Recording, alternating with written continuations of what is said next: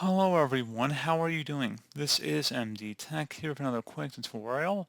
In today's tutorial, I'm going to show you how to resolve if you're coming across an error message on your Windows 10 or Windows 11 computer when attempting to adjust settings that it shows that some settings aren't available in high contrast mode. So this should hopefully be a pretty straightforward process here, guys, and without further ado, let's go ahead and jump straight into it. So all you have to do is open up the search menu, type in settings, best match, or come back with settings. Go ahead and open that up. Select accessibility on the left panel here. And then on the right side, you want to select where it says contrast themes.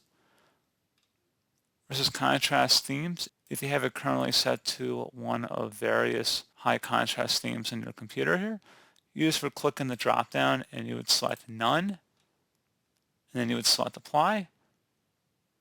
And then you would go about whatever you needed to do. And then once you were done making the appropriate adjustments to settings, you come back in here and click on the drop down again, and then just select the contrast theme that you were previously using.